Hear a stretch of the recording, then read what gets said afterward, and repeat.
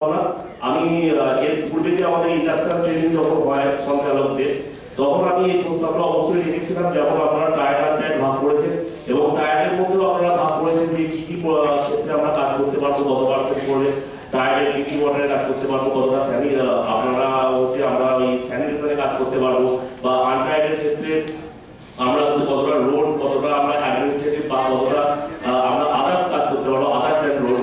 তো এই যেমন পুরো সিস্টেমটা বলা আছে, এই রকমের থিম ভিত্তিক যে আপনারা কত পার্সেন্টেজ করে কাজ করতে হবে এটা যেমন বলেছেন। এবার এক্ষেত্রে স্যার কতটা এক্সিকিউশন হচ্ছে এবং কত পার্সেন্ট টাকা সেখানে খরচা করতে পারছে পঞ্চায়েতগুলো, এইগুলো যদি বাস্তবসম্মত করে দেন তাহলে আমার মনে হয় এই নটা থিমকে কিন্তু অতিরিক্ত আমরা 2023 আমরা কিন্তু 2030-এর মধ্যে অ্যাচিভ করতে পারবো। কারণ আজকে আমরা দাঁড়িয়ে আছি 2024-এর একদম শেষ প্রান্তে।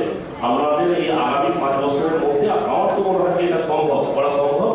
আর তবে সেক্ষেত্রে আপনাদেরকে আরো যে আর্থিক কন্ট্রোল অর্থাৎ বেঁধে দেওয়ার যে একটা ব্যাপার, আপনারা স্বাধীনতা আমাদেরকে দিয়েছিলেন অনেকটা পঞ্চায়েতগুলোকে তারা নিজেদের মতো করে চিন্তা ভাবনা করবেন, কিন্তু বাস্তবে আমাদের কিন্তু পঞ্চায়েতে যারা আমরা নির্বাচিত হয়ে এসেছি, আমরা ওই রাস্তা এবং ট্রেনের বাইরে কিন্তু আমাদের চিন্তা ভাবনা কিন্তু খুব বিশেষ অনেক ক্ষেত্রে আমরা প্রসারিত করতে পারিনি। এটা আমাদের সংকীর্ণতা হতে পারে, মানসিক সংকীর্ণতা, বা আমাদের মানুষের দাবিও হতে পারে। ফলে আমাদের ভাবতে হবে যে আমরা পৃথিবীতে শুধু আমরা মানুষ নয়, মানুষ ছাড়াও আরো সবাই মিলে আমরা পৃথিবীতে বসবাস করছি, তাই পৃথিবীটা এত সুন্দর।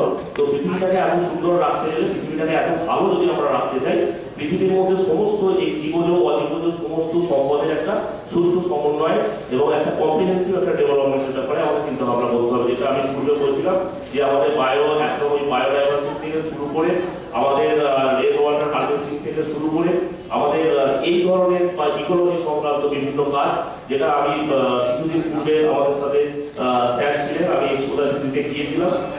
সেখানে আমি দক্ষিণ চব্বিশ পরগনার সুন্দরবন অঞ্চলে যে ধরনের ওনাদের ইডিসি বা ওই ইকোসিস্টেম ডেভেলপমেন্ট কমিটির মাধ্যমে যে সমস্ত পঞ্চায়েতগুলো কাজ করছে, এটা আমাদের ভীষণভাবে অভিযুক্ত করেছিল। তো আমি চাইবো যে এটা আগামী দিনে আপনারা পঞ্চায়েতগুলোকে যে থিমে যে কত করে কাজ করতে হবে এবং যে যে অ্যাক্টিভিটিগুলো আছে, কি কি অ্যাক্টিভিটিগুলো ধরতে হবে, সেখানেও আপনারা টাকার সীমাটাকে একদম নির্দিষ্টভাবে বলে দিন। সেক্ষেত্রে আমার মনে হয় একটা উন্নয়নটা হবে, কারণ আমাদের অবশ্যই মানুষের সদিচ্ছা থাকা প্রয়োজন।